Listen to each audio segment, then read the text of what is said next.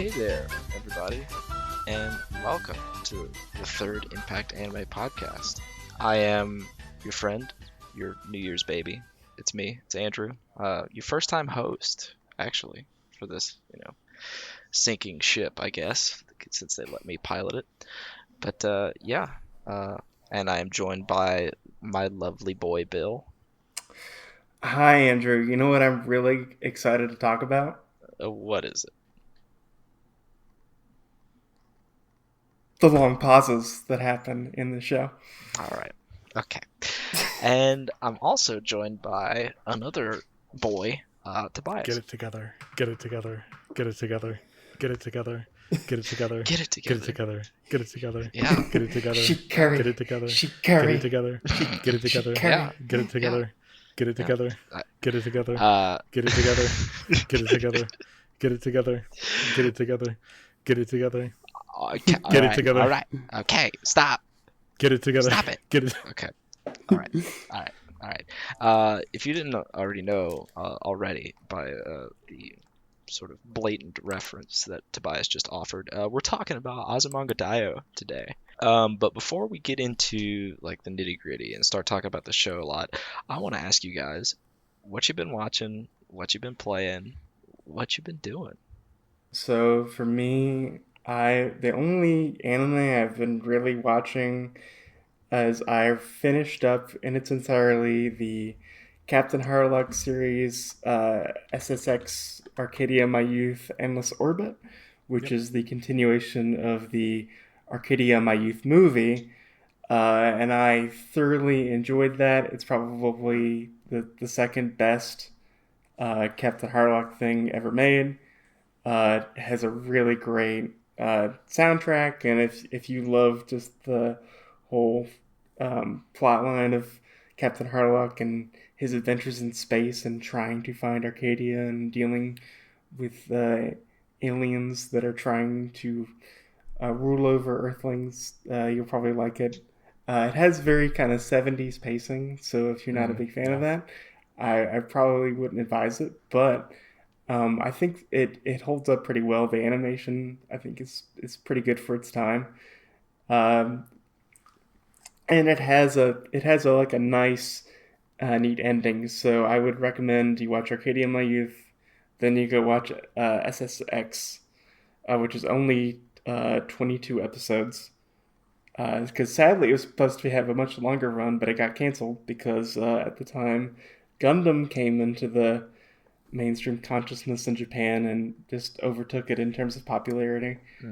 Uh, and then after SSX, you pretty much don't need to watch any of the other Captain Harlock stuff because what I've looked into, the other stuff is not that great. And I think I think Endless Orbit is also all on Crunchyroll too, right? Yes, the Endless Orbit is all on Crunchyroll, and you also have the earlier 60 show, which is an interesting historical piece, but I wouldn't recommend it because it's even slower than SSX. So. Yeah, you're all about like interesting historical pieces, Bill. You're the biggest Lupin fan I've ever seen. Well, probably you're tied at first for biggest Lupin fan I've ever seen. Well, who am I competing against for number one? Daryl Surratt. I don't know if Daryl Surratt would be the number one Lupin fan. It's not Lupin, it's Lupin. He got me. The gut punch. I think he's a man of many fandoms. But otherwise, I've been playing a lot of games. Mostly, I beat Borderlands 3, which to keep it short, the gameplay is great. The story and humor is not so great. I would agree. Yeah, I would say like the story really drops the boat compared to 2, which was actually had a pretty good story, and the humor is very much from 2012. Yes, it is. It was dated before it was even released. Yeah, exactly. Any video game that's still doing cryptocurrency references and has a mission where you have to release the dank memes over the. God. Oh, man. I just go, why? Why are you doing this to yourself?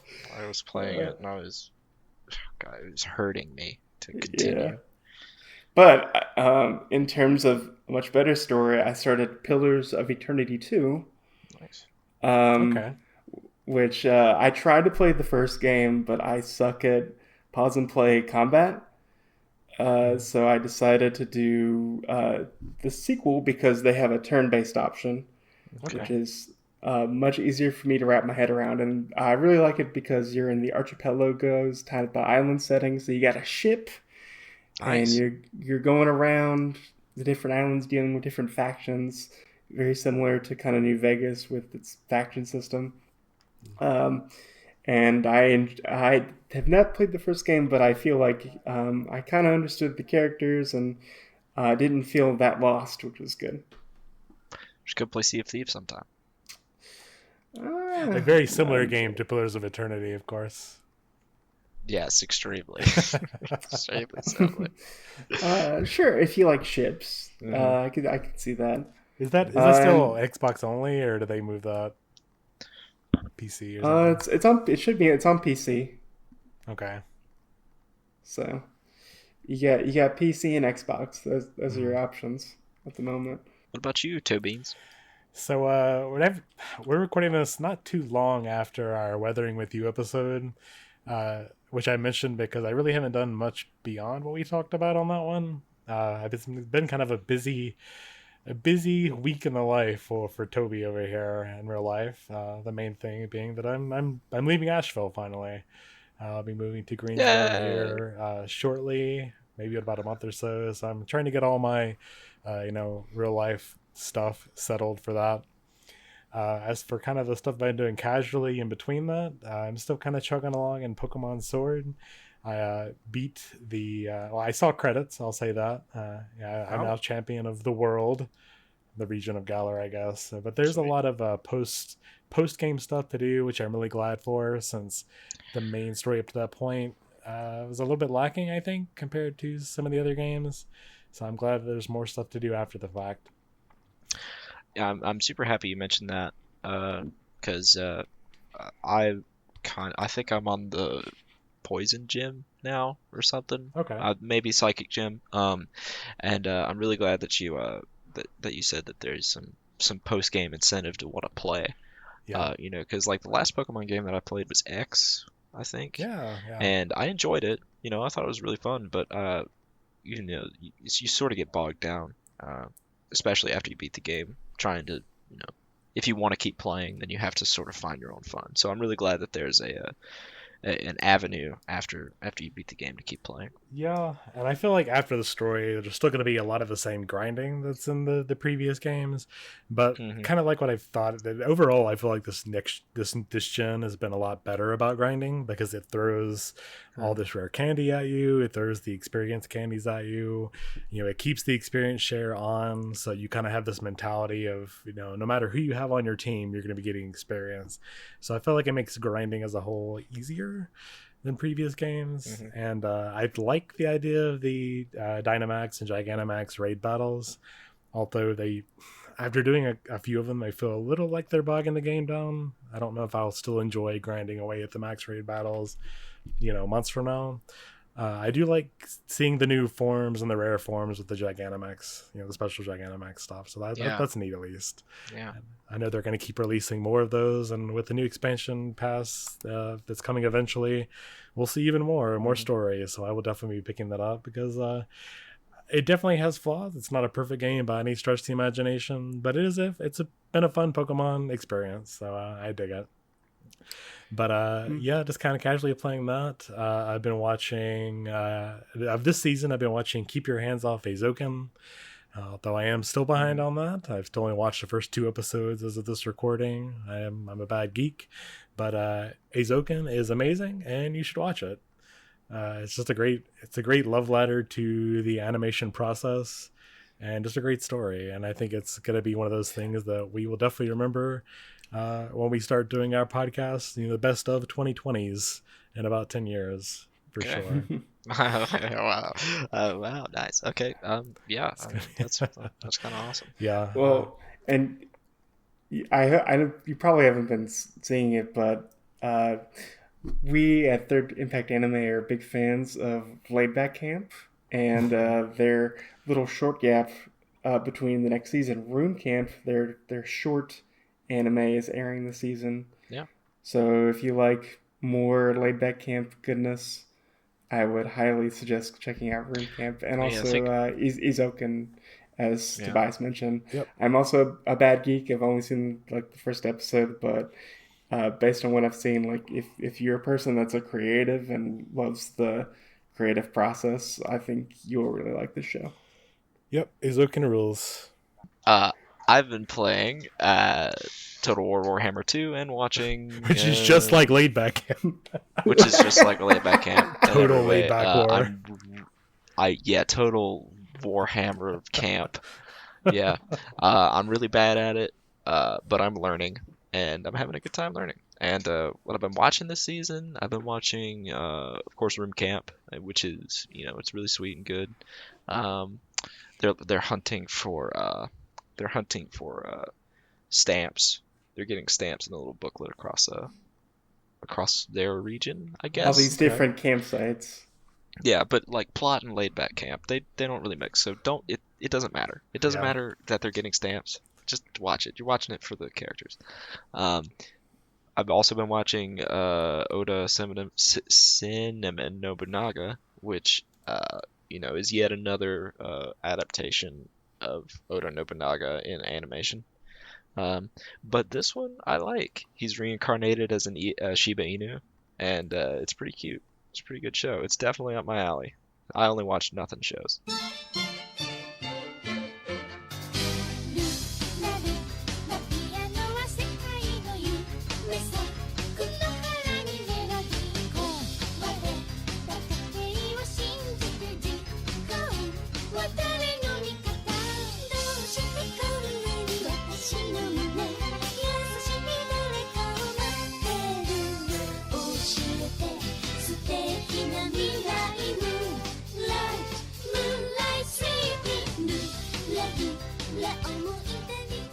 So, Azumanga Daioh, first released as original manga from Kaihiko and Azuma back in 1999. It was licensed in the U.S. by ADV, and then Yen Press has picked it up now, and they've released a big old omnibus, so it's really easier to read. I think Basil, did Basil talk about the Azumanga omnibus in his like one-shot manga panel? I didn't see. He might have. I had to duck out halfway through, but you can easily pick it up. I actually just checked Right Stuff, and it is there right now. It's a $25 list and on sale at Right Stuff for $18.74. So for under $20, you can pick up this big old book that I've got it right here. It's like 500 plus 600 pages of manga. Yeah, it's definitely a honker. Yeah. It's a big chonkin thing. So original manga by Kaihiko Azuma. He's currently putting out Yotsuba, which is probably my favorite manga. So it's a little green-haired girl. We'll talk about her a little bit later. So the anime was produced by JC Staff. What other shows have they done, guys, that you can think of off the top of your head? Revolutionary Girl Utena, any type of romance show, they've probably done it. Mm-hmm. Yeah, I think they were most prolific in like the early 2000s, doing a lot of series. Yeah, it was like them and Gonzo just pumping out like a lot of shows. Azumanga Web Daioh was a short ONA series in 2000 designed to gauge whether full anime would be sort of viable.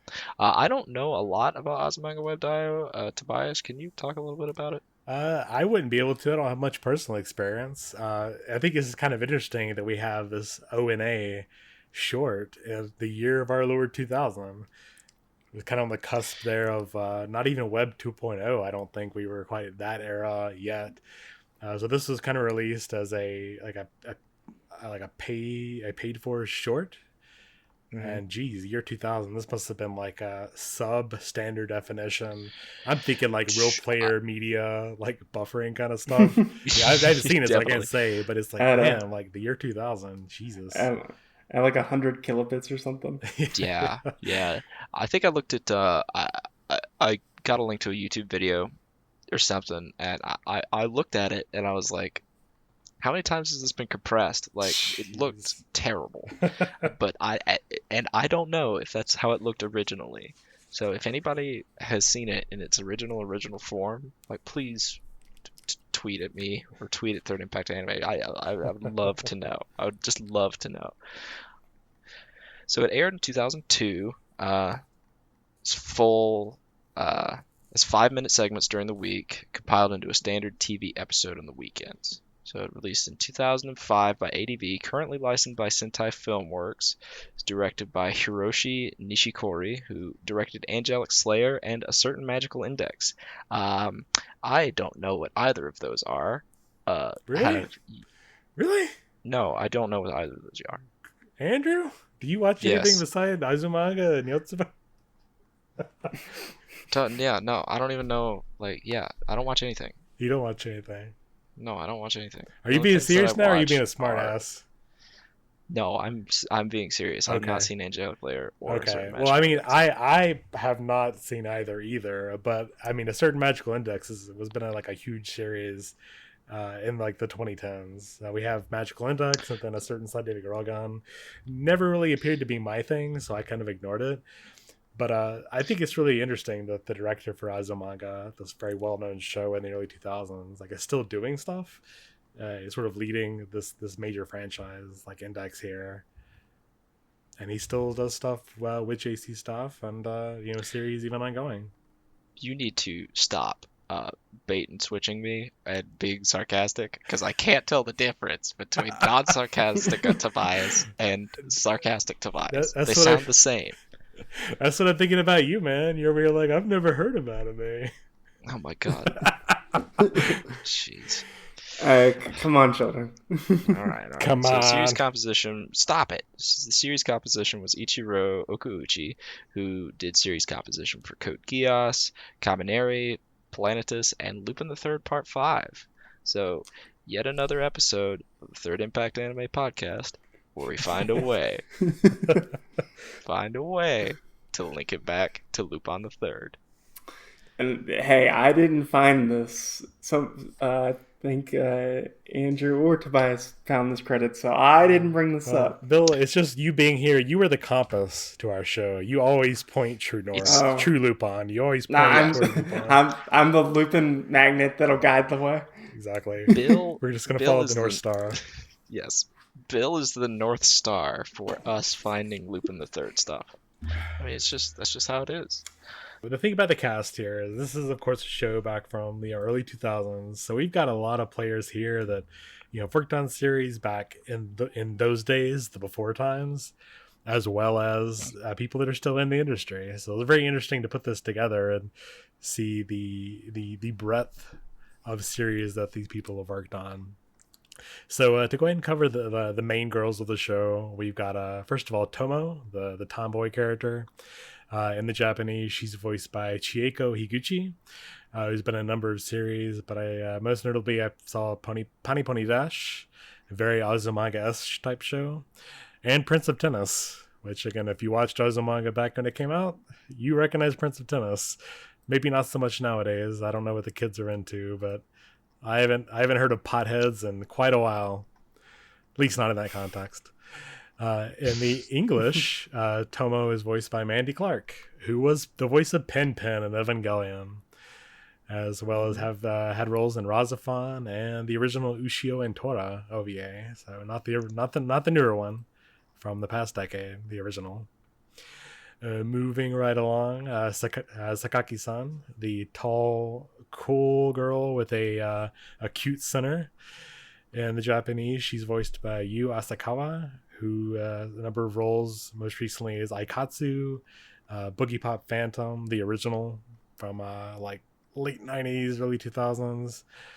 Most notably, and the Fate Zero, Stay Night, Prism Layer, all the other whatever crap in Fate She's as in writer. today's menu. Yeah. She's voices writer in the Fate series. Also is in Ikitosen, one of the Lupin, the third specials. That's Stolen Lupin. And in English is voiced by Christine Otten, who is an AD Police, Orphan, Razafan, and Steel Angel Kurumi.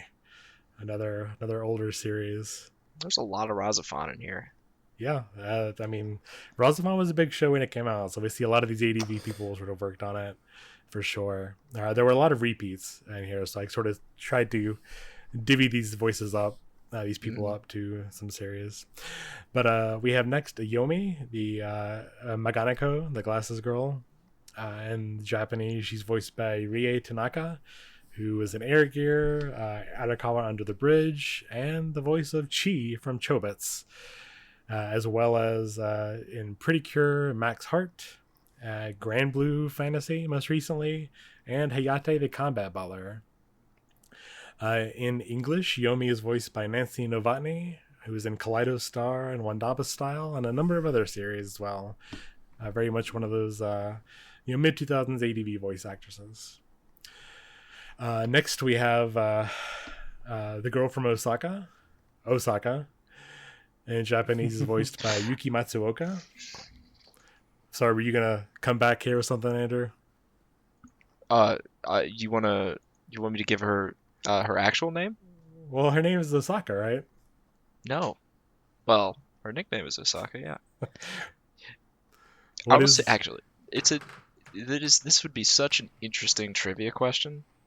Would be to ask in, like, if we were doing, Anime Family Feud or whatever, not Anime Family Feud, like Anime Jeopardy, if we were one of those people that made Anime Jeopardy panels. That would be great. It'll happen one day. I'll do it. Oh, yeah, one day. One of those questions would be interesting to see if anybody knew what Osaka's real name was, which is Ayumu Kasuga. This is the part where I kind of hit you in the chest and say, "What the heck?" Or "Why the heck?" What? Oh my god! But Kasuga's voice actress in the Japanese is Yuki Matsuoka, who most notably was Orihime in Bleach. She was also Tsuruya and Haruhi Suzumiya. Likewise was an elfin lead in Future Diary, from just a few years back. Played a bit part in Die Buster and also Ujamajo Doremi. In English, she was voiced by Kira Vincent Davis, who's in Chaika the Coffin Princess, Chihaya Furu, some bit parts in Excel Saga, No Game No Life, and also Razafan. Moving along, we have the child genius Chiyo-chan, and the Japanese voiced by Tomoko Kaneda. Most notably also was in Pop Team Epic for one of the episodes. Yeah. Specifically the Marilyn Monroe episode. A very interesting bit, considering it was voiced by little girl Chiyo. She also was one of the monsters in Digimon. Likewise was in Lupin the Third Special, Princess of the Breeze. Was in the Please Teacher, Please Twins series, and also had a part in Bobo. Yeah, I think that's enough bows. In English, Chiyo is voiced by Jessica Boone, who was in Another, Log Horizon, Abenobashi, Nurse Witch Kamugi, and Puni Puni Poemi, of all things. So again, a lot of stuff from like mid-2000s all the way up until pretty recently. The last, one of the side girls, maybe not one of the main ones, but Kaorin, sort of Sakaki-san's, what do you call it, like unrequited love. Yes. Kaorin in Japanese voiced by Sakura Nagawa, who was in Rosin Maiden and Maya Tome. Very much a blast from the past for me. That was pretty much my early anime fandom. Again, mid-2000s. And in English, she's voiced by Tiffany Grant, who needs no introduction. Mm-hmm. But then moving along, we've got the two teachers. So first of all, our main classes teacher, Yukari. In Japanese, she is voiced by Kiko Hiramatsu, who's an all-purpose cultural cat girl Nuku Nuku, Cutie Honey Flash, Mazen Kaiser, Non Biore, and Princess Tutu. Who did she play in Non Biori? No clue. Okay. You'll have to check the internet for that. I'll check the internet. So, So anyway, in English, she is voiced by Lucy Christian, who's been in most recently in Bloom Into You, was in Bodacious Space Pirates. She's the main character in Chihaya Furu, which again I will tell you all. Please go watch Chihaya Furu. Third season is out now, and it is amazing. Lucy Christian was also in Dinocoil, Foot Flappers, and she is Oshako Uraraka in My Hero Academia, and also voices Nami in One Piece. The other teacher is Minamo Kurosawa, the more straight-laced teacher. In Japanese, she's voiced by Aya Hisakawa, who has a lot of roles. We have Ah My Goddess as Scold, was in Card Captors, Heart Catch Pretty Cure, and most recently in Kyoso Giga, and most notably as Sailor Mercury and Sailor Moon. And in the English, Nyamo is voiced by Monica Rial, who likewise has a bunch of roles. We have, I was able to pick out Assassination Classroom, Blood Blockade Battlefront, because more people need to watch Blood Blockade Battlefront. She was in Love, Chunibyo, and Other Delusions, and Made in Abyss. So we have a number of other roles throughout the series, but those are sort of the main ones, and we could literally go all night talking about the voice talent in this show, so we will have to move right on. I'd just like to, I just want to mention one more thing. Chio-chan's dad is voiced by Wakamoto, Nori Wakamoto, who is the voice of Cell in Dragon Ball Z. Yeah. And the male voice of Pipimi in Pop Team Epic. Yeah, so Norio Wakamoto is very, very infamous. Whenever you hear like a deep, resounding male voice, possibly paired with very rich rolling R's, it's likely Norio Wakamoto. Hello, everyone. How are you? Fine, thank you. Oh my god! He's most known for Cell, for instance, and I think he was in a couple like sort of samurai sort of anime. I've definitely seen like reels of some of his voices. He's very, very noticeable. So do you want to give maybe like a brief synopsis of kind of like what it's about as best you can? I'll try. I would say the main character of the show is Chio, who is this small elementary school girl who is very smart. Where she's so smart, she's able to go straight from elementary school to high school, where she meets with these group of high schoolers where wacky hijinks ensue, and it's kind of their progression through their high school. I think it's high school years. Yeah, I think it's like 3 years in total, right? 3 years. Yeah, 3 years in total, and we see them just kind of do everyday things to them dealing with school issues, like dealing with exams or dealing with someone's birthday or having weird New Year's dreams. Yes. So I would say this show is it's a mixture of comedy with a slice of life structure. Yeah, definitely. Exactly. Definitely. So, Tobias, how did you first discover Azumanga Daioh? All right. So, literally my first time in a college anime club. As I've kind of talked about previously with Excel Saga, without being sort of my entry point into like a new age of anime viewing for myself. I watched DBZ on TV, I watched Toonami, I watched Evangelion, which sort of made me realize that this is kind of what I'm really into. And then right after coming back from my first AWA and discovering there was a college anime club, we went. They had like an overnight sort of party event, and the first two things we watched was Bastard, this sort of fantasy type series. It's really kind of goofy but action packed sort of series. It's been a while since I've watched Bastard, but I remember that because the title is just Bastard with 2 exclamation points. And immediately after, they put on this show called Azumanga Daioh, which I thought was very weird because I never heard of it before. I thought it was weird that it had a very Japanese sounding name. And I was immediately entranced by this show. It was amazing. It was, we talk about Azumanga and the comedy now. We go into that, but it was wacky and wild. Something I hadn't seen at that point in time. It was it's certainly a God. It's really hard for me to exactly like put into words like how this show sort of it gives me a very visceral reaction, and I mean that in a very good way. Yeah. Like I like sometimes when I'm watching episodes of the show, like I start having like a panic attack, but it's like a good one because it's just so it's just sometimes just What a tagline. so yeah, it's just so sometimes it's just so zany and so off the wall that I just start like crawling around in my chair because I'm just like, oh my god, what's going on?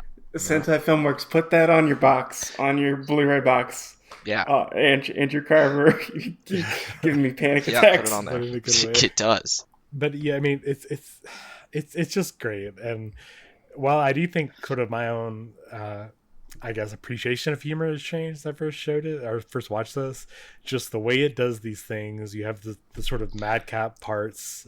We talked a little earlier about the one part where Osaka kicks her shoe and it just lands perfectly in the truck, and they just stand there shocked and surprised. Just this perfect sort of comedic timing. That it doesn't have to go like madcap and wild like Nichijou would or even Pop Team Epic would. It just is that one moment in time that is just a spike of tension in what is otherwise a very smooth show. And yeah, it's a compared to like other comedies that are more zany and frenetic. Like I would say this show has a lot of ebb and flow to it in terms of like, well, we're gonna do something really absurd, and then the next minute we're gonna do something that's more reality based in its type of humor. Yeah, it's like it's sort of its pacing and its pacing and narrative structure, like, and the way that they time jokes and the way that they like time these moments is definitely like it's like a gut shot. You know, because you're just sitting there watching, enjoying the show, and then all of a sudden it's just like bam, and then you're just like, she just kicked off her shoe for really no reason, and it just landed in an extremely fast moving truck, and it's just like a millisecond of time, and it just cuts their faces for like a second, and then it's just on to the next scene, and you just get no time to process it. I think it's more like 5 seconds. To be honest with you, it feels a lot faster. Yeah, it gives you time to like see their reaction, just like the punchline, and really like wallow in that scene. Really let what just happened. Let you soak that in, and let you take that in, and but both the weirdness of the situation. But just the actual visual timing of the truck as it just appears and is gone just as quickly as it arrived. And so you have a lot of things like that are very quick, funny segments, but then they're kind of interspersed with a lot of more slow slice of life type pacing. Where it's just them going to school and talking to each other. Maybe there's a goofy joke when Tomo very energetically says something. But it's more just slow and definitely more of the Yashike style of pacing. Yeah, it's definitely sort of creates that feel. I think I talk about this in my Yashike panel because I do list Azumanga Daioh as an Yashike series because of its it has a command of quiet. Which is to me can be really very touching, because its score is very good. It's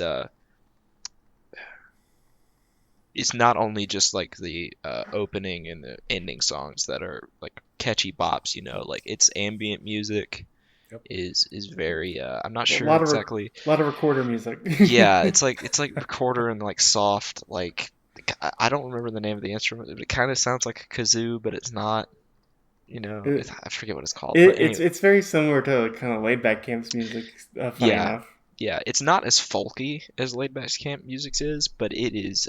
It's similar in like pace and similar in musical tone, but like as in tone, I don't mean like actual sound. I mean like feeling. Yeah.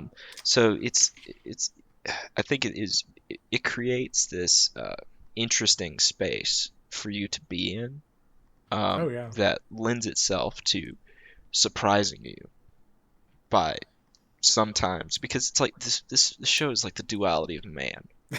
Like sometimes you're just And Andrew, what? I'm you just go and then I'll go. All right, yeah, sure. So sometimes you're sitting there and just feel calm and whatever because there's this very touching scene between Kalrin and Sakaki happening, and then you're just having a good time and there's flowers everywhere.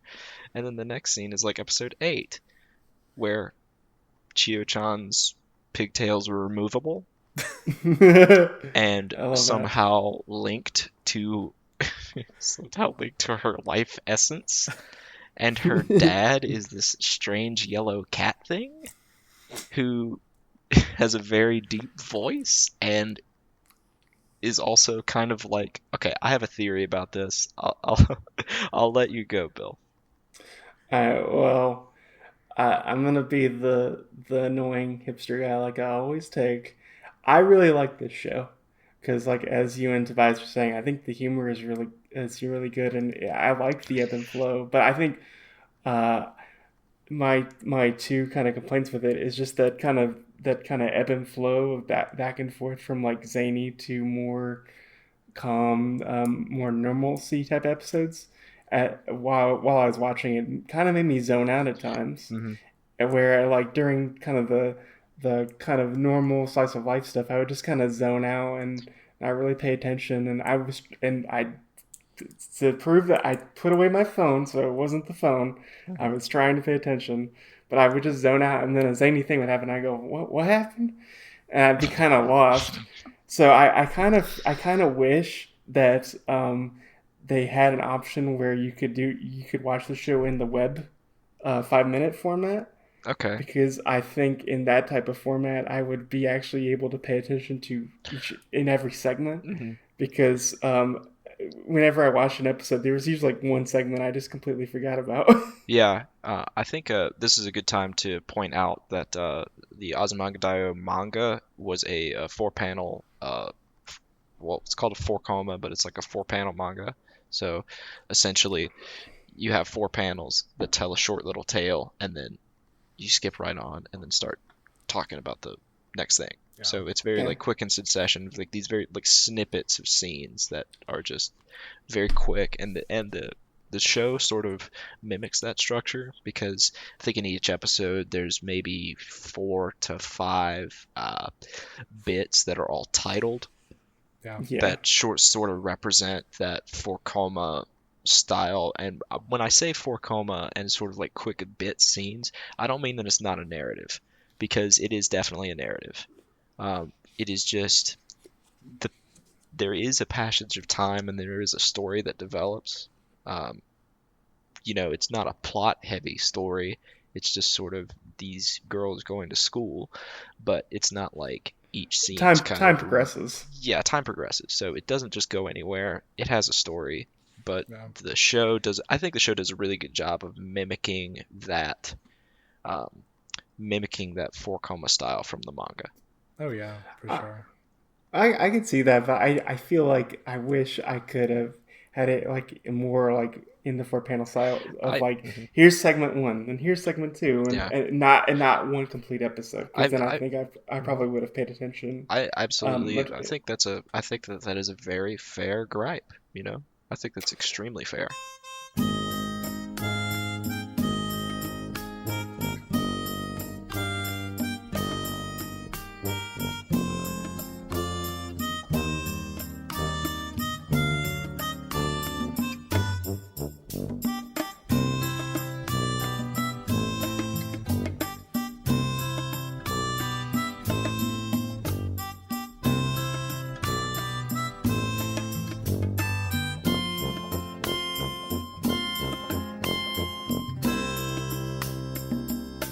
but I think to sort of get us back on track, Andrew, you never talked to us about how your introduction to the series. Oh, sorry. I kind of got roped into Azumanga Daioh in the inverse. Um, so I'm 22 years old. I'm a young fellow. Oh my god. Yeah. So like, it's I got roped into this fandom. I'll call it a fandom. In the inverse. So I read Yotsuba first. I read Yotsubato first before I read or watched Azumanga Daioh. Now, how did you hear So- about Yotsubato, being a newer fan? It was I was at Animazement, I believe, Okay. and a buddy You of were like mine 10. picked up. No, I was like I don't remember how old it was, but it's been probably 5 years ago, maybe. Okay. And a friend of mine picked up a volume of it because he had heard that it was good, and he kind of, was a manga guy, and I wasn't really a manga guy at the time. And I borrowed it from him and read it in the back of my brother's car and was like, yeah, this is me. This Yeah, is I me. like this. Yeah, this is something that I'm going to be a huge fan of, and I'm also a 8-year-old green-haired girl. So that was how I got introduced to Kaihiko Azuma was through Yotsuba, and then I sort of got into that fandom and started buying up volumes and reading all I could of Yotsuba, and then sort of like diving into his background, I discovered he made another thing called Azumanga Daioh. I had heard of it, but I didn't I didn't put the two together, even though Azuma is in the name. Yeah. And then I read the Azumanga Daioh manga. I read the Azumanga Daioh manga before I watched the television series. So, Okay. read Yotsuba, discovered Azuma, read Azumanga Daioh, then after that, I ended up watching the series. Yeah, that's kind of funny because I think this is for me and Tobias because for a while in the mid to early 2000s, Azumanga Daioh was like one of the shows that was very popular, Yeah. especially I didn't really- especially in the convention circuit. Definitely. I mean, I wasn't in the fandom until like after 2000 and Get it together. Get it together. after like Get it get it together, Get it together. What the heck? Tobias, we're together. It's okay. All right, I'm gonna I make got- you I guys got feel you, man. old. I'm gonna make you guys feel old right now. I didn't get into the fandom really until 2000 and probably 2008, 2009, probably. I know I'm making you feel so old. I know it. But yeah, I sort of came in at a time where the metaphorical bird had flown, I guess. Because I mean, 2009, me, I was at an anime convention. I didn't know what any of it was. All I knew was that I liked Dragon Ball Z. I mean, but it's one thing. I mean, we all joke about it, but that was kind of on the cusp of the streaming era. So it is interesting to see someone, like back when you were getting into it, it was sort of like you had to go out and find it, and you had to get these little clubs and communities. You had to like do this extra work, this extra BS work just to enjoy it. But you're kind of on an era where it was already popular or becoming popular, becoming more in the pop culture than it already was. So I don't think there's anything wrong with that exactly. It's just an interesting take, especially in regards to Azumanga, that was very much in the earlier 2000s. Yeah, it was not something that I heard about in the convention scene. I think it had already played its mid-2000s. course. Like Bill Yeah. said, it was very, very popular in the beginning. I think when it came out in 2002, very much a fan sub favorite. I watched it back in 2004 before the official ADV release was apparently. I think actually my introduction was a ADV preview disc they were giving out to anime clubs. Wow. So yeah, way back, and like Bill said, it was hugely popular in the anime music video mixing scene. You watched A&V Hell or any of those very popular programs, you likely saw this, clips of it. There were likely little jokes that you saw for sure, even if you didn't know it was Azumanga in and of itself. So it has had a place in the zeitgeist of that time, and I think a lot of the older crowd like myself still have fond memories, would still recognize it.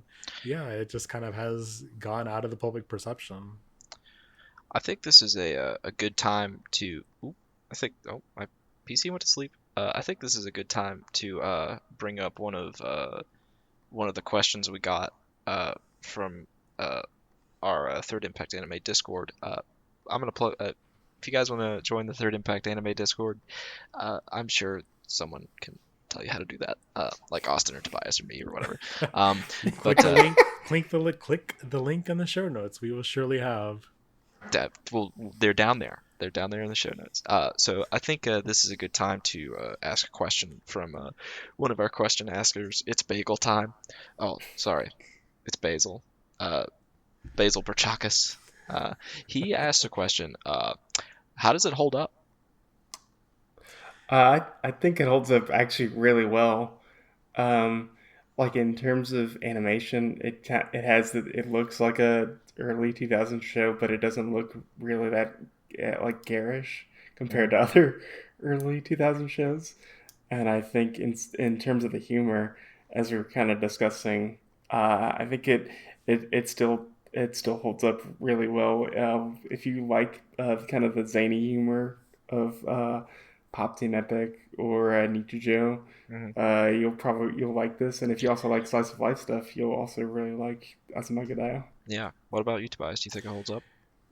Yeah, and I would say, to sort of go back to Bill's earlier point about pacing, I think overall it does, for sure. I would still highly recommend Azumanga Daioh to anyone to jump into and watch. I feel like there are certain aspects which it hasn't aged all that well. I feel like it definitely looks like an early 2000s show.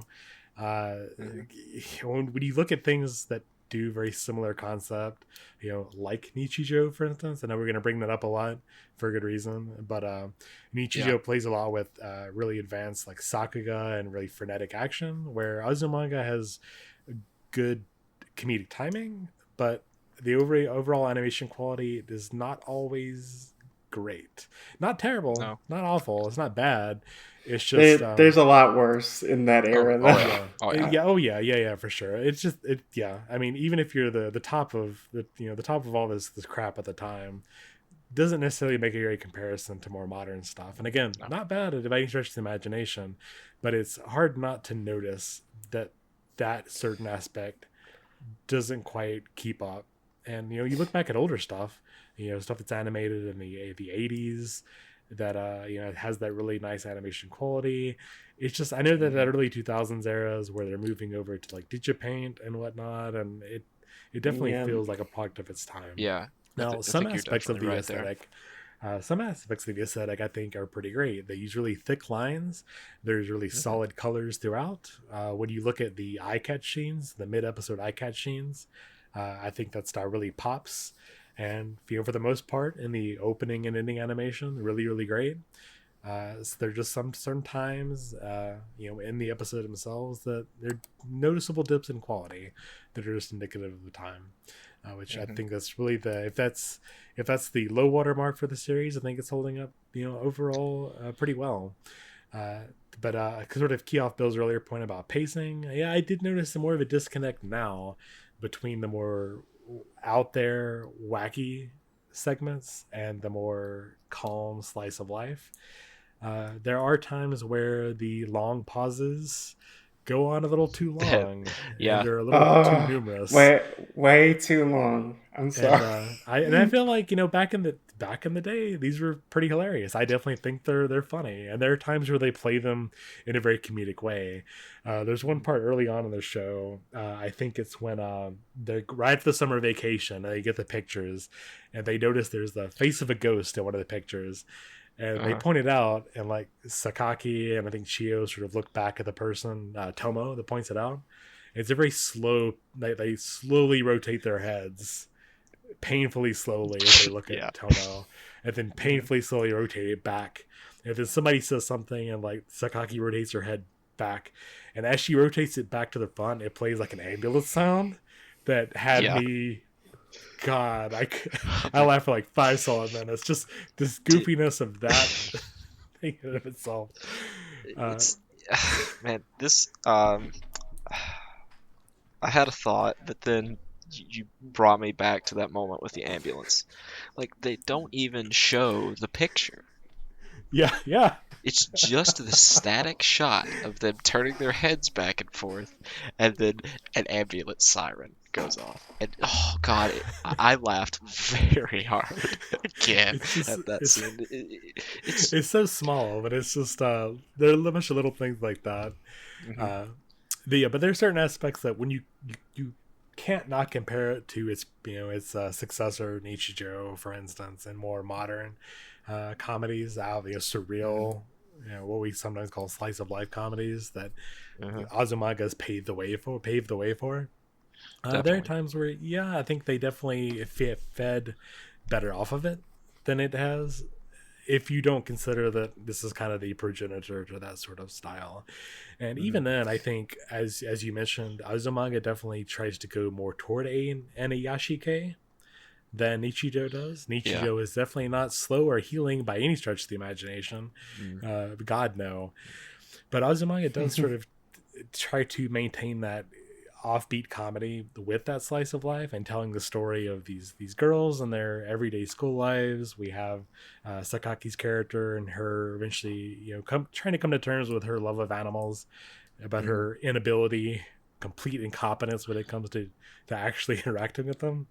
Yes. Little things like that is, you just kind of have to go with the characters all through all 26 episodes. Definitely. I love that each character basically had their own comedic bit that ran through the entire series. Like, who's I cannot say names. The cool character that everyone thinks is cool, but all she really wants to do is just enjoy really cute things, but no one will let her, and none of the animals will let her do that. Like, I laughed every time the cat bit her hand, or every time she went off screen and had to deal with you see her like she's in a cast and a bunch of bandages, and just her struggle of just like this great kind of push and pull of just like, I am, by my personality, this really cool distant person, but I really want to just enjoy cute things. Whether it's like Chio in the cat costume, or it's me petting her dog. I really enjoyed that. I think one other thing that kind of reminded me of the show that was very early 2000s was, well, it's not every single moment of the show. A lot of the show has a lot of screaming in it, especially with Tomoko, who is my least favorite character, because that seemed to be a trend in like a lot of early 2000s anime of, let's just have the characters be very loud and scream a lot. And I think when I was younger, I would have found that really funny. Today, not so much. I just find that grating. Where I think it can work. It worked at times with some jokes, but anything with Tomoko, I just want to just like, could you just not be so loud? You're hurting my ears. Well, to sort of piggyback off you saying that Tomo was your least favorite character, but to both of you, who was your favorite character? You can't make me pick. I know my answer. Andrew, you can go. I think that I think Tomo has a good energy. I wasn't a I mean, I don't listen to it at a very high volume, so the screaming didn't really like get to me and hurt my ears. I think that she has very good comedic timing, and she sort of brings that X factor to sort of any situation. That kind of makes me feel like she's a little bit underrated, because she is just that large presence. So whenever she comes in the room, hey, something's gonna happen, right? So I think that Tomo might be my favorite character. Wow. Well, I think my favorite character has to be Chio. It's either Tomo Just or I Chio-chan's dad. just Chio's dad. no, it has Yeah. to be Chio because I was just like I was rooting for her. Yeah, it's great. I just like Man, I watched the last uh, episode I watched for the podcast was the dream episode. What's bias? And Oh man. where they're having the You- dinner is like, you like eat your tomatoes. I love tomatoes. I didn't ask you if you like tomatoes. I just told you to eat your tomatoes, even though they're so They're red. Something red. Well, I liked her just because she was very cute, and that just her difficulty of like being so little in a high school world. Like, there's this great little scene that just made me like laugh where she is like the class representative, Yes. and she's going down the stairs and she sees a student. Oh, God. And he's like he looks kind of confused, and he's like she goes up to him and says, "I'm the class representative. I can help you." And he's like, Yeah. "You're my sensei." Or another scene with her that just made me smile was there's a whole segment of her basically where she reintroduces the cast to everybody. Yeah. And it's her like thinking back about her elementary school friends, Mhm. and then she sees them play jump rope in the middle of this park late at night, and then she, I think with who's the cool girl? She runs into character's Kagura, name? didn't she? Or is it Sakaki-san? I think it's Kagura. She's the one. She was in a Yeah. tracksuit, right? I think so. I know what scene you're But talking just about. the- Yeah. Just that scene where they're playing jump rope is just very sweet, and Yeah. then Tomoko goes and ruins it. Yeah. Yeah. Best girl. But sure, agree to disagree. That's fine. That's fine. But what about you, Tobias? You have to pick somebody. Well, I can't. I really can't. I think they're all great. There's no one that really stands out to me in particular. Whenever I think of one, it's like they're all great. Even Tomo. I get, and I also don't really like usually the characters that are all screaming, but like she's the if we talk about like the man's-eye comedy that she even references, with Osaka, like she's the off character, to Yomi's straight man character, like so. Tomo works not really so much as a character herself, but the way that she plays off everyone else, whether it's Yomi or sort of being goofy, around Chio, forcing Chio to do whatever. Yeah. Whether she's trying to compete, the part where Chio's like, I don't know the answer. Oh, pick me! I also don't know the answer.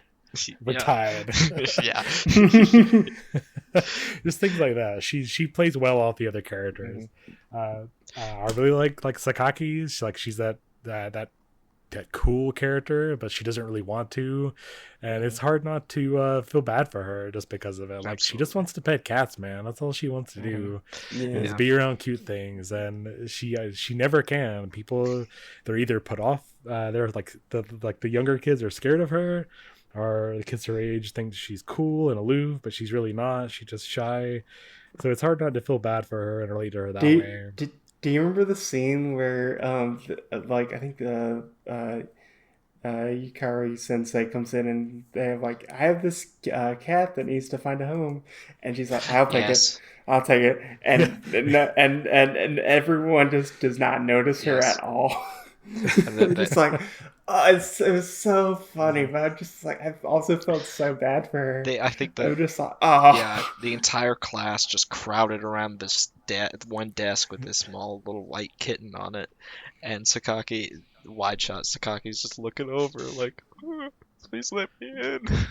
I'll take it. And her entire arc in the series, where it leads for her, like from her just kind of being unable to interact with animals at all, to her first little step with God, what's Chio's dog's name? Takaichi-san. Yeah. Takaichi-san.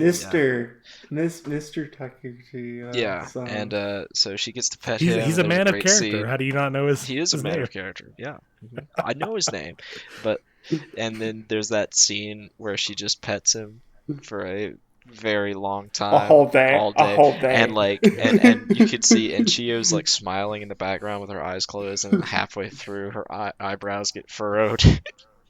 It's just like, oh, it's time to go. We've got to bring back the juice for everybody at my house, and like, God, she's just, and then her arc crescendoing when she finds Maya, the little cat that she can actually interact with. Were they on Okinawa when she found the cat? On some kind of summer vacation? they were something like that. I don't remember if it's Okinawa specifically. It doesn't. Yeah, it doesn't really matter where it was, but anyway, she finds this like wild, Irimota cat, and like they bond, and she ends up becoming, like her cat, and it's really sweet, because there's like her that is how her arc sort of finishes, because I think she's got the longest cat arc because it goes so long, and that's sort of like the last quarter of the show. I think is kind of devoted to that cat. That cat shows up a lot.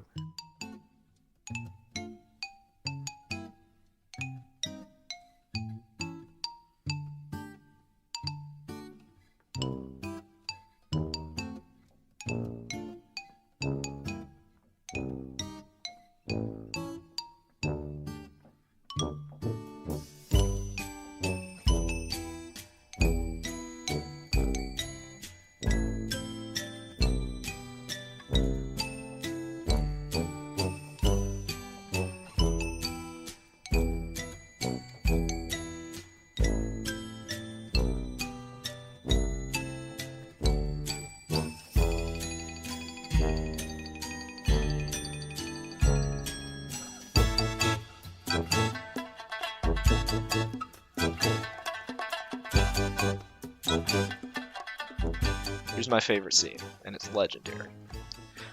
It's not Hello Everignon, which also that is very great, but it's the scene where Sakaki and Chio are going to Chio's house to go see Maya. Right? Takaki's going to her house to go see Maya because Takaki's mother is allergic to cats. So Chio-chan takes the cat in. They run up into, I guess, their front lawn, and Maya runs up to Sakaki and jumps in her arms. And then Takaichi-san runs full bore at Chio-chan. Full bore. And Team Rocket style launches her into the sun. Just kind of out of nowhere. I mean, you could see it's coming, but it's just one of those scenes. It's like it's innocuous until it's not, And God, and then I think she comes out of the title card. The title card comes out of where she flew or something. Oh man, that's probably my favorite scene from the show. Is when Chio-chan gets launched into the sun by her dog. But yeah, going back to the characters, like even like Chio, she's that trope genius child character. But I think they play her very well. I don't think she's kind of too annoying in that, too tropey. She both sort of is innocent character we see a lot. She doesn't really know how to relate well to these much older girls. So she's kind of a character in her own right, being this genius character, but also and the thing that's great, I also love that the other girls don't talk down to Chio. Yeah, like Chio is just she's part of the group. Exactly, and they don't belittle her. They don't make her the butt of. There's like no butt of the jokes of just, oh, you're small, or like, oh, you're like a little kid amongst the friend group. Yeah, which is great. Yeah. I think there are little bits of that, like when she's dressed up as the penguin and falls over, and nobody really helps. They just kind of watch how cute she is. It's not like a running thing. Like they accept her pretty well, and she's a member of the group. Yeah, They're definitely. definitely No, jokes at her yeah. expense. Like you mentioned there at the beginning of the series, they do that a lot. But yeah, they don't really belittle her. No, talk down none to of that. her for sure. Mm-hmm. But even going above them, like I really like the two teacher characters, both Yukare and Yes. Yano, because we see a lot of they are pretty much just Yomi and Tomo, about 10 years older. They're kind of their relationship is kind of meant to mirror theirs, and the series kind of shows that. And it's kind of interesting to see them just as grown up, grown up versions of our main characters, and see how they are also analogs to those styles as well. And it's again, to watch a show. It's one thing to watch a show maybe as a high schooler and relate to the high school characters, but watching it when you're an adult and seeing these people that have had to grow up and become adults and deal with it either very responsibly, like Nyamo, or maybe not quite so much, like Yukare. I think that makes them very interesting, if maybe a bit typecast characters to some degree. Yeah, I think that their relationship is extremely central to this show, because a lot of comedy is created through them, and like a lot of the sort of things that happen in terms of like the whole bet with the sports festival thing, Oh, that was so good. like and then like them driving to Chio's summer home. You see Nyamo's car is just like perfect. Grandpa, no, run, Grandpa! Chia's face when they open the car, just like just the look of like classic. Oh, thank God! Thank God that's over. Yeah. Man, isn't Yukari's car bigger? How come we're putting only 2 people instead of 3? And there's that like 5-second pause where Nyama just looks at her. Oh, yeah, fewer people will die that way. Yeah. Oh man.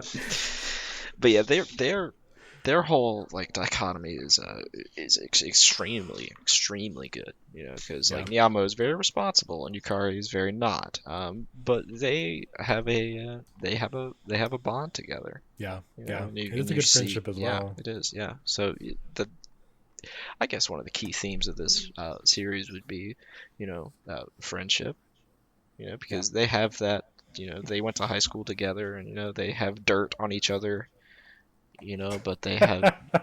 But, when the girls ask her, like, do you have any dirt on your car? And she just pulls up, like, singing Love Letter. Yeah. Love letter. Love letter. Yeah, it's great. But like, it's just about all these girls and their 2 teachers just bonding together, and it can be really sweet, but it also can be just really extremely like an out-of-body experience. So this is an aspect of the show where it does not age well. Nope. Kimura is another homeroom teacher who his entire reasoning for like becoming a high school teacher is because of high school girls. He preys on all the female members of the class, of every class. Yeah. Because I think there was a bit where like he was talking about like how how the girls should dress in their PE uniforms. Right. And then like a boy in the class stands up and raises his hand and says like, does it matter what the boys do for our PE uniforms? And he was like, why are you wasting time? We're in class, That's inappropriate. So like he's not. Yeah, exactly. And like he is extremely problematic in many ways, and is one of the ways that I think the show doesn't really hold up. For those of you like maybe haven't seen it, like he's got a very ghastly face. It's very, very scary. He's very much a cliche of that whole, very much there. Just like you said, to prey on the underage girls there, and man, when you watch the show back in the day, that was like, you get it. It was a joke.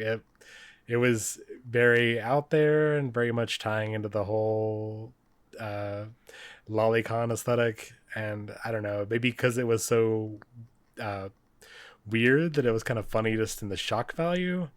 But yeah, that doesn't hold up in 2020 for sure. I actually was very, very uncomfortable. I usually try to put myself in the mentality of, okay, this is okay back in the day. This is comedy back in the day. And sometimes, you can squint your eyes and still see where that comedy is, even though it's not great.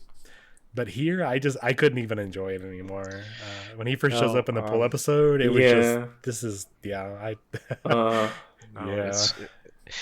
the only satisfaction of having Kimura on screen is when he is thwarted.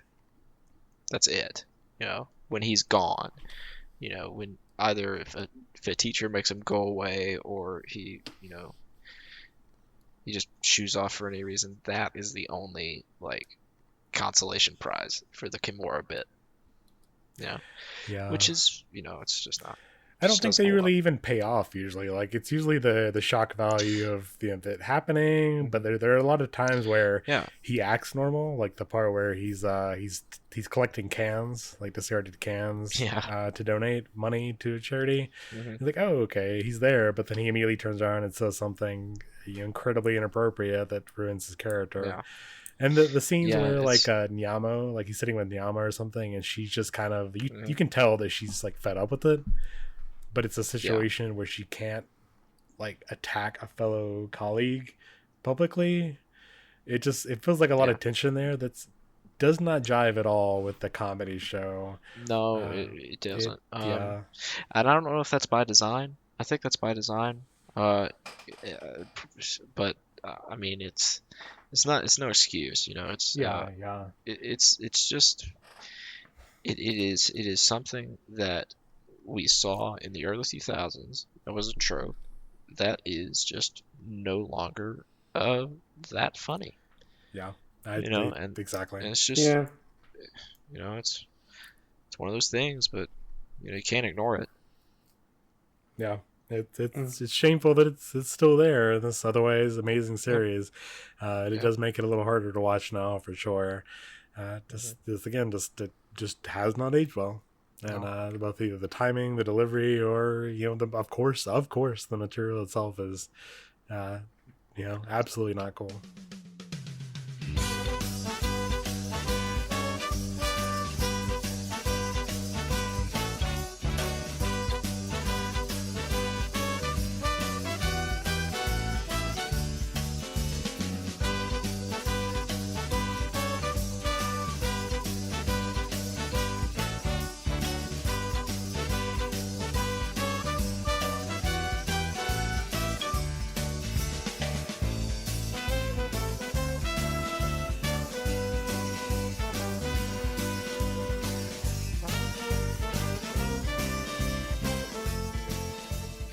I guess I want to go back to the music a bit. We kind of touched upon it earlier, but man, the music in Azumanga is so good. Of course, we have the opening and ending, both Story Made Me Cake, with that amazing opening animation. We have Raspberry Heaven, which was a bop back in the mid 2000s fandom for sure, but it still holds up absolutely today. And like you mentioned, a lot of the interstitial music is really memorable. When I think about background music, I don't usually remember it. It's there to sort of keep you entranced with the show, but I honestly barely remember background music. But Azumanga, when I'm watching it again now, I as soon as I hear the opening notes to any one of those songs, I completely remember the rest of the song right then and there. It's perfect background music because it's never overbearing, but it is incredibly memorable. Whether it's stuff relates to the Zakaki stuff or just all throughout, it's just great. And even the little mid-episode jingle, like you mentioned, with the kazoo noises, it's little things like that you can't not keep in mind, keep in memory for a long time. Maybe it's just because I've watched the show so much, but no, the music is a great soundtrack for sure. Partially because it doesn't really try to force itself on you. It never really becomes overbearing. I think you mentioned earlier, it's never really overbearing, but it is certainly memorable start to finish. Definitely. Go ahead, Bill. Yeah, I would just say I forgot how great the music in the series is.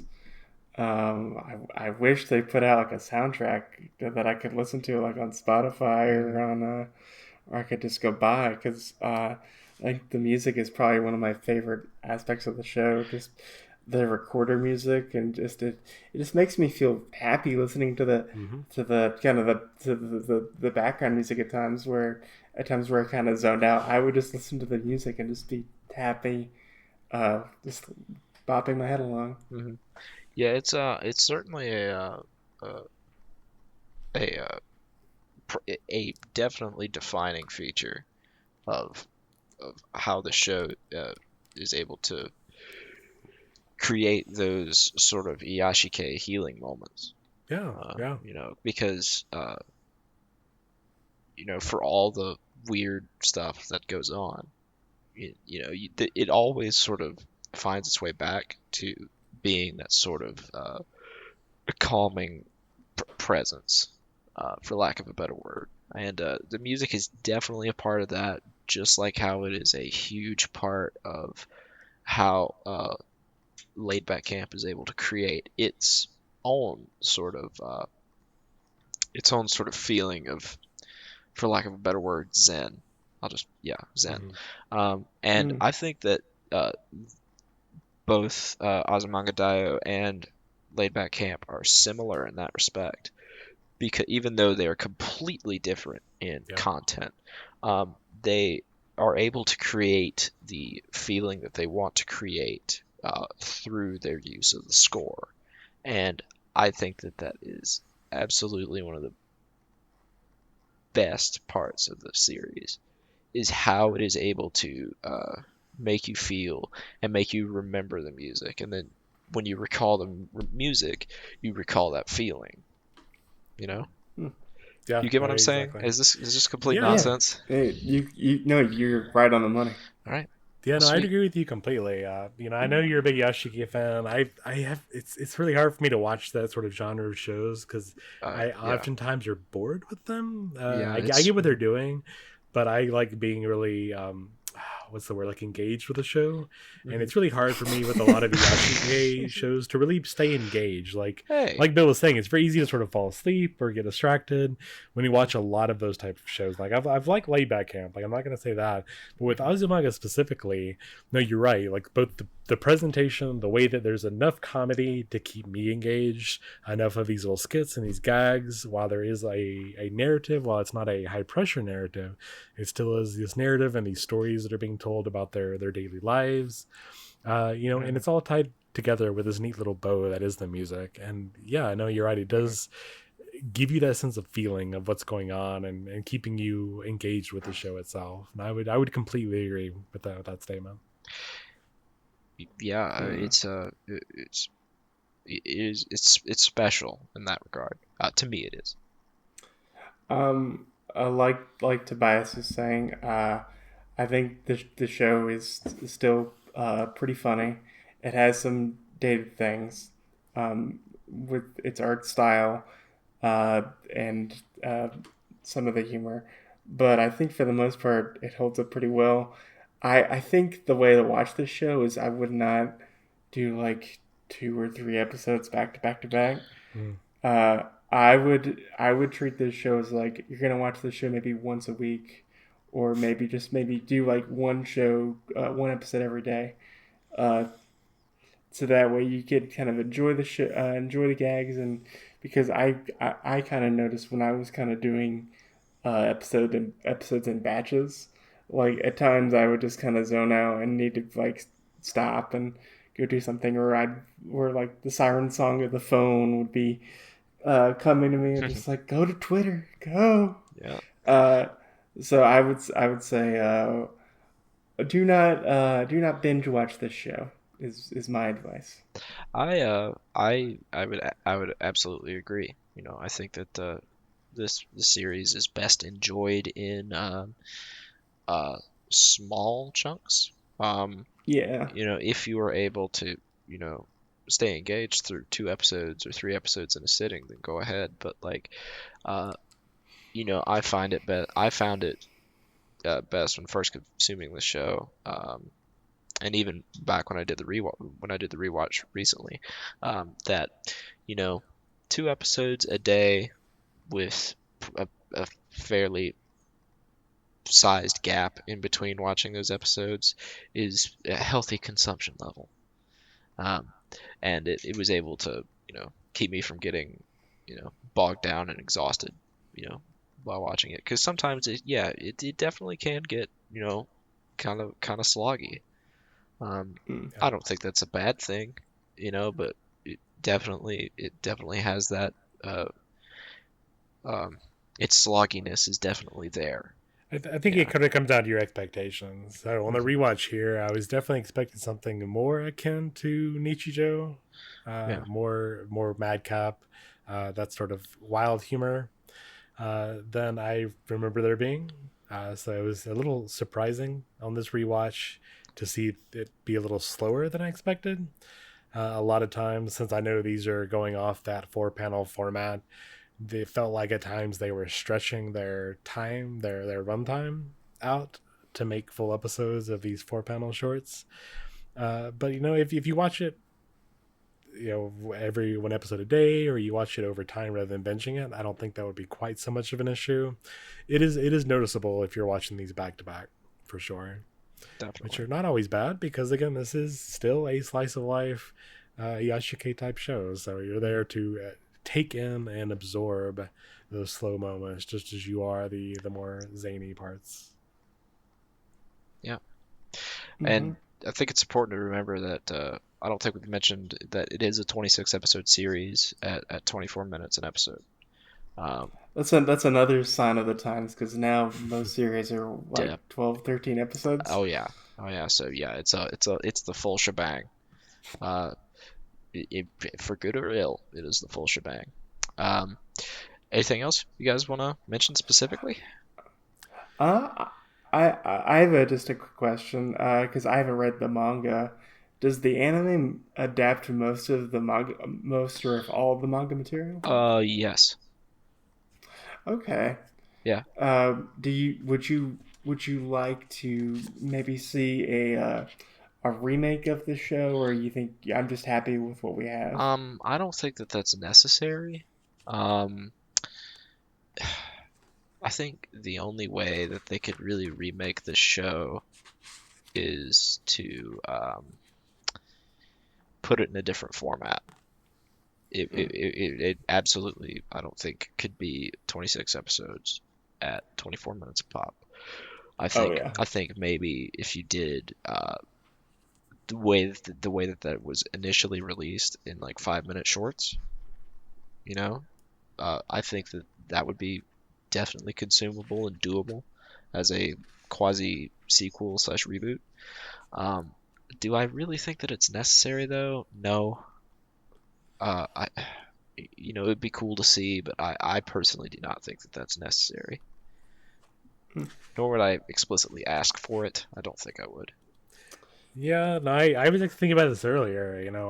Since it's such old at this point, what would get people into it? And would it be like another season or a remake or something? I just don't think they'd be able to do it justice. Because if we're looking at 2020, it would be a 3D CG show, which no thank you. It just would not look like it currently does.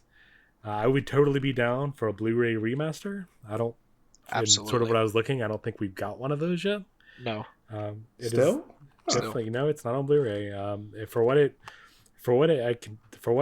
I was watching, it definitely looks like a DVD, transfer. It definitely does not look great. So if we were to give it a full like HD remaster on a Blu-ray, that would be amazing. I would snap that up in a heartbeat.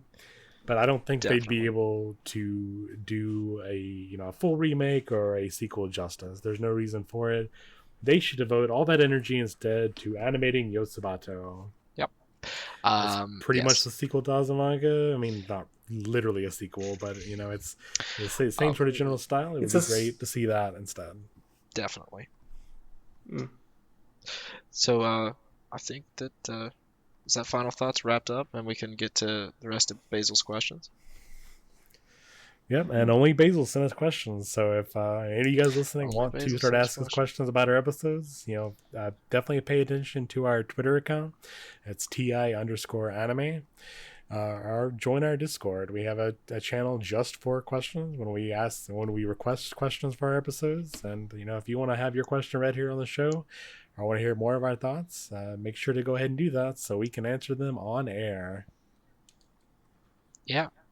Yeah, we love having questions. It's interesting for us to have that sort of direct feedback with the community, and and that's probably the most fun thing that we do is interacting with the community, because most of us do panels, and Yep. that's sort of our shindig, is just interacting with people and talking about the fandom. So absolutely do that. So I'll get to one of the ones that we hit a lot of these in our general discussion, but I'll get to one of the ones that we didn't get to, which is, does it feel like going back and watching a time capsule? You two would probably be better at at answering this question, since I'm not very old. So you guys take this one. Uh, as kind of Tobias mentioned before, like the art style really is really a time capsule, because Digipaint is a very distinctive style. Like you know it's Digipaint when you see it. Um, and also kind of brought back memories of the convention scene at a particular time, and how this show was used in a lot of AMVs, which in today's convention circuit is pretty much dead as a kind of a big event, uh, compared to something like cosplay or conventional panels. But a lot of footage from Azumanga Daioh were used in different AMVs that I particularly remember. But I think this show has, for the most part, aged really well, and it didn't deteriorate in the time capsule. Yeah, I mean, as far as me, it's like I said, it's a little bit cheating, because yes, this show has very, very much nostalgic value for me specifically. Seeing a lot of these sketches, a lot of hearing the music, it brings back a lot of memories from what? Oh God, 15 years ago. Jesus. There's a there's a Yeah, lot it's of painful. memories tied up in this show, and tied up in that that feeling, the feeling of the show a lot. You mentioned that earlier. This captures feeling very well in his presentation and music, and is able to soak up a lot of those memories that I had of that time specifically. Uh, but yeah, there's like Bill said, the aesthetic definitely feels aged, of its time for sure. There's a lot of aspects of the character design. While I think Azuma has a very distinctive design, which I appreciate. I think that the characters here and both, here in Yotsuba are very iconic in and of themselves. There are points where just, I guess, the in between segments of the animation where there's certainly off model faces that just don't look great. Maybe it's a little gripe that I have, but not that it really makes the show unwatchable to any degree. It kind of stands out at this point. Maybe now that I've become more of a learned anime scholar.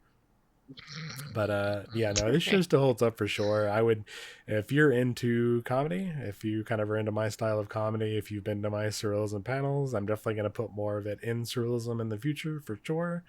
Now that I've rewatched it, if you're into that or more of the slower Yashike stuff, like there's a reason that we talk about it. There's a reason that Andrew brings it up in his panel. There's a reason I bring it up in my panels. Azumanga is a great iconic show, and it definitely is something you should check out. What feelings and memories does it dredge up? I know you specifically talked about specific memories, Tobias. So if you are willing to air your dirty laundry, go ahead. It's more just that time of being in like joining anime club. Like I mentioned, that was sort of a new era of my own fandom, specifically getting out of high school, being that edgy Ava nerd, and moving into like I saw this a month after my first convention, and that as you guys know, I've never stopped going to cons, for better or for worse. So this sort of was the prologue to that chapter of my life, that section of my life. So yeah, a lot of memories just being with those that group of friends, being around those memories and those people. It's just very nostalgic in that way. There's a lot of times, and I'm sure you'll eventually have this, Andrew. Maybe when you get a few more years under your belt, a part where you just have to sit back and wistfully remember the good old days. It's funny. Uh, I'll let you go in a second, Bill. It's funny. I have been in the convention scene for the better part of 10 years, and You remember the good old days? this was the good old days 2009. of 2009. Yeah, I mean it's weird to think about that for me, because of course, like I do have memories, but like they're memories of like I wouldn't like of like because how do I put it? The people in the convention scene that I typically hang out with, Olds. are of the I'm not gonna say the older generation. I'm not gonna say that. They came into the fandom at a different time than I did. So it's kind of weird to be around that. And then when I think about my own memories, every time it's just like, well, that was yesterday, kid. And I've been in the fandom for 10 years. It's weird. It's very weird to think about. Go ahead, Bill. What memories does it dredge up for you? What feelings? Kind of like what Tobias was saying, just that it reminds me of my first entry into anime, of just like, what is this thing? Of just watching stuff like Ghost in the Shell standalone complex, watching stuff like Excel Saga, or watching G Gundam, and Azumanga Daioh. Like, all of those shows were very common in my high school anime club, and I'm just sitting on the tables and just kind of laughing and kind of confused, but also interested in this different medium that wasn't common on what I'd seen before. Yeah. And also just the convention scene at the time, and that particular fandom wave of like, it was like Azumanga Daioh and the Haruhi, and when Trigun was really big.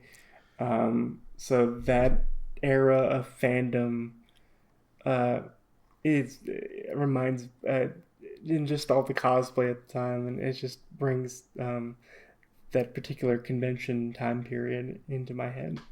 Yeah, and I think also when you mentioned that, Bell, and how different the show felt, this is kind of my first real Japanese style show.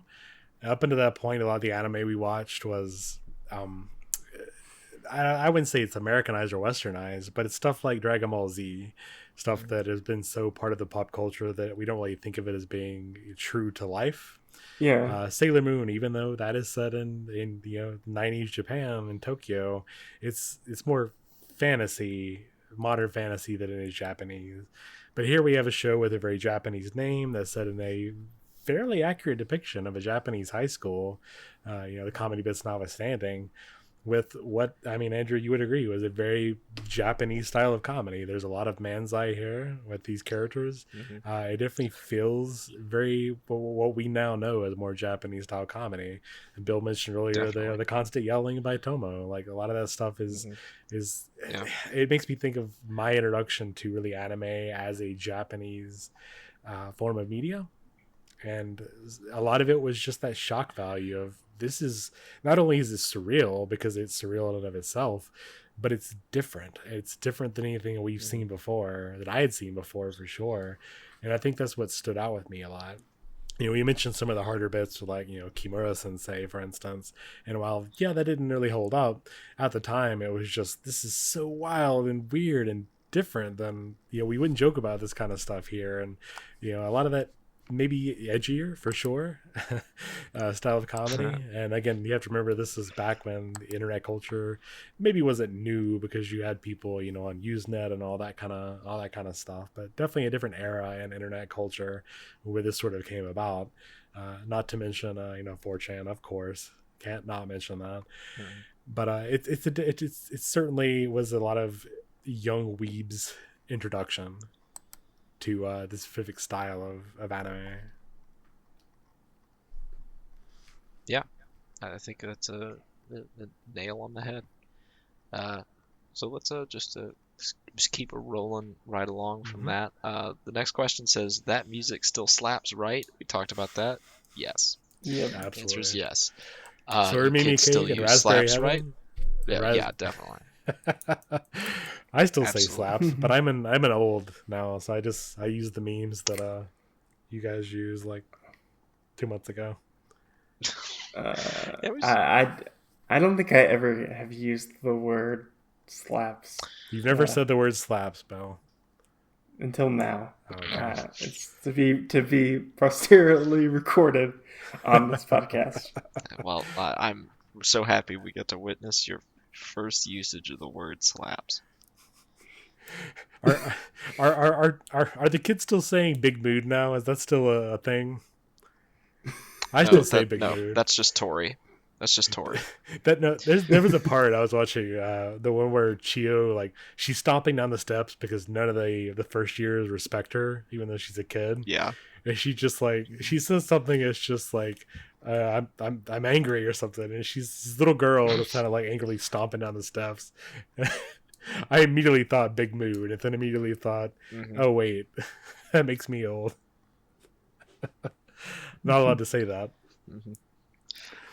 Next question coming from Basil is, do you think that Yotsuba should get an anime adaptation? I'm gonna sort of add another a word to this, which is, do you think that Yotsuba should and will get an anime adaptation? I mean, should, absolutely. It's one of those manga series that for me would translate extremely well to television, especially in this sort of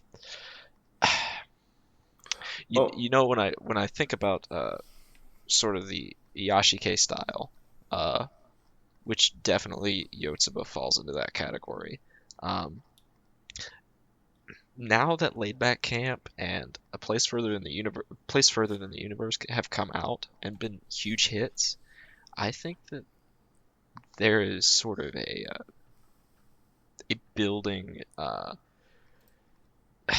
consciousness to this subset of the slice of life genre that people like actually really like. I don't know if people actually like Laid Back Camp or Place Further Than the Universe. I don't know if they're popular, I should say, but I know that they certainly have received a lot of high praise, and I think that Yotsuba would fall sort of right there, in sort of that sphere of things. I think that Yotsuba could definitely fall into that category right there. Do I think it will? I would err on the side of maybe. A lot of things would have to happen in order for Yotsuba to get an anime adaptation. I mean, the one thing that kind of hurts it is it's been going on for a while now, right? Yeah, and usually anime are made as promotional material for the manga. So for stuff that's really ongoing and that already has a long volume record, it seems kind of less likely. I would really like to see a Yotsuba anime. With how much you talk about Yotsuba, it's basically your Lupin. Yeah, it's my fandom. I would love to see it animated. I think it would do really well, as you said, because with the rise of Laid Back Camp and that genre, it would do. I think it would do really well. I think just the timing kind of hurts it. There is unfortunately. most definitely a place in the anime market for a Yotsuba anime adaptation. I think that it has the chance to be a I don't know if this is just me being optimistic or whatever, but I think that it has the content and the ability to have a decent impact. Oh, absolutely. I don't think anybody would disagree that Yotsuba would make a great anime for sure. I think, I mean, it's still ongoing. It's up to what, 9 volumes? Is that right? It's 13. 13. Okay, so I wasn't too far off. So it's still going. I would like it to finish or be really really close to finishing before we got it, whenever that will be. I would not want it to be one of those things where they have to make up an anime original ending at all. I think we are also at the point where we're kind of on the cusp of things moving over into more 3D CG stuff as a whole. Yeah. We're seeing a lot more stuff like the Dragon Quest movie, like the Pokemon movies, like the new Lupin movie, where you see a lot of animators testing, doing this test into how well they can realistically do 3D CG anime. And a lot of studios are pretty much saying that, yep, this is the future. So sooner rather than later, we're getting a lot more 100% CG works. Like it or hate it, that's unfortunately the fact of the matter. I don't think, unless it were something really amazing, unless we get a great technological breakthrough, wouldn't want to see Azuma's style in a CG show. I know that we already did get that in Danbo. We. I wasn't. Yeah, Yeah. Go ahead. Nyanbo is it's a little like short series about one of the like central icons of Yotsuba, and it's 3D CG, and it's fine. It doesn't look terrible, but once again, like the Danbo character is not human. It's very boxy and very easy to put into a 3D space. So, that is why that character would lend itself to 3D animation. But I think that Yotsuba is especially if you look at how Azuma's art has progressed into the later volumes, because he is really technically talented. So his drawings of like buildings and fields and like stuff that is like static, it contrasts extremely well with his very simple character designs, and they emphasize each other, which is really good. And I think that putting it in a 3D space could work, but we definitely have to see a leap in technology.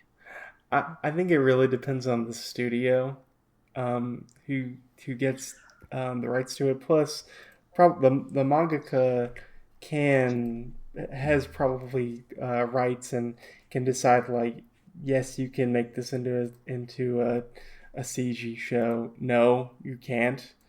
I think Tobias is right to some degree that CGI animation is becoming more and more prominent, but we're still seeing really good digitally animated shows. It's not.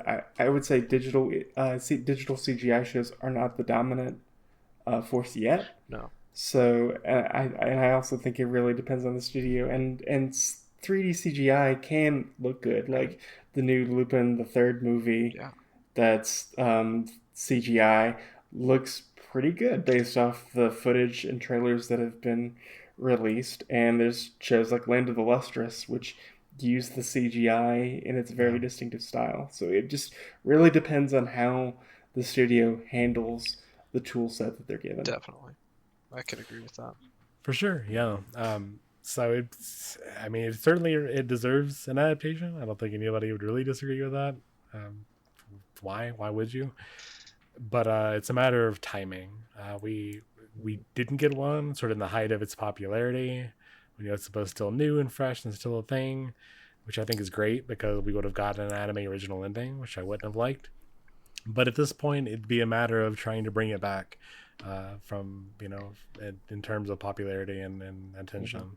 I don't think it's impossible. I think the style would definitely hold up as such. Will we? It's really going to matter, depend on what studio does it. Yeah. So what I'm saying is, David Production, give us Yotsubato. Shaft. Yeah, And the monkey's paw will be if Polygon Pictures gets Oh, their no, hands on it. Bill. Gosh, cutting you out. Cutting you out. Oh my god. All right. I think that's as good a place to end just this, hearing Andy. Oh my god. So hey, thank you guys for sitting through and entertaining me and watching the series and doing this podcast with me. I had a good time. I hope you guys had a good time too. Yeah, it was a great time to rewatch the show and to revisit it and talk about it. Yeah, Azumanga is a great time. Definitely. Yes, it was a pleasure. Oh, well, thank you. Everybody listening, thank you very much for listening to the Third Impact Anime Podcast. Once again, I don't know what episode number this is going to be. It doesn't really matter. We're up in the... Where are we in terms of episode number? We're in the mid. I think we're in the 80s right now. Awesome. Sweet. So if you enjoy, what we do, then, follow us on Twitter, at @TI_anime. For our personal Twitters, where can people find you on Twitter, Bill? You can find me on Twitter at WBForeman, FOREMAN 999. Usually I am retweeting Lupin crap, probably to Tobias's annoyance, to the nth degree. I usually like to observe, and I'll comment occasionally. But I'm mostly vocal on our website, which is www.thirdimpactanime.com, which I highly recommend you listener go and check that out. Before this year of 2020 came upon us, everybody did their top 10, or I shouldn't say top 10, their favorite things of the past year, which it could have been movies, TV, video games, books. I loved everyone's different list because it was a very diverse selection of stuff. I also did a top 10 news events from this past year, which I think is pretty good. And I'll probably be doing more writing stuff this year. There's more stuff cooking in the old brain of articles to write. You can find me on the internet at geocities.com /reverend /reverend_ Tobias.html. Wow. Don't forget your live journal, Tobias. Oh yeah. Man, my live journal got purged years ago, man. At some point, they sent me an email. It's like, yeah, you haven't posted in a while. We're going to purge your journal. And yep, you can go ahead and do that. I don't even need to read all my cringeworthy high school thoughts. Get it off of the internet, please. Probably in a Russian database somewhere, but so for what you going to do? Yeah. So for everyone under 18, he means at Reverend_Tobias on Twitter. That's what he means. Just if you're under 18 listening to this podcast, I don't know why. You got better things to do. Why are you here? Why are you here? You're under 18. Anyway, you can find me on Twitter at toaster_Mike. This time of year is basketball season, so I am a sad fan of Wake Forest basketball. Yeah. Sports. Yep, go sports. The good sports ball. Yeah, the good sports ball. So if you really like us and feel like throwing some money our way, you can go over to our Ko-Fi page. You can chuck us a free coffee if you want to, or you can go over to our Patreon because you get over 80 episodes into a podcast, it becomes inevitable that you have to make a Patreon. It's internet law that if you do something on the internet, whether it's YouTube or podcasting, a Patreon will appear. I mean, it is. Yeah. It's internet law. It is, and we are just following the law. So, if you guys want to chuck a couple bucks at us, go over to our Patreon, and we've got some good reward tiers over there. I'm not sure exactly what they all are, but I know they're good. So, if you want to chuck us some money, then go ahead over there. And with that, thank you for listening. I think that's all from me. Chikari, chikari, chikari, chikari. そうな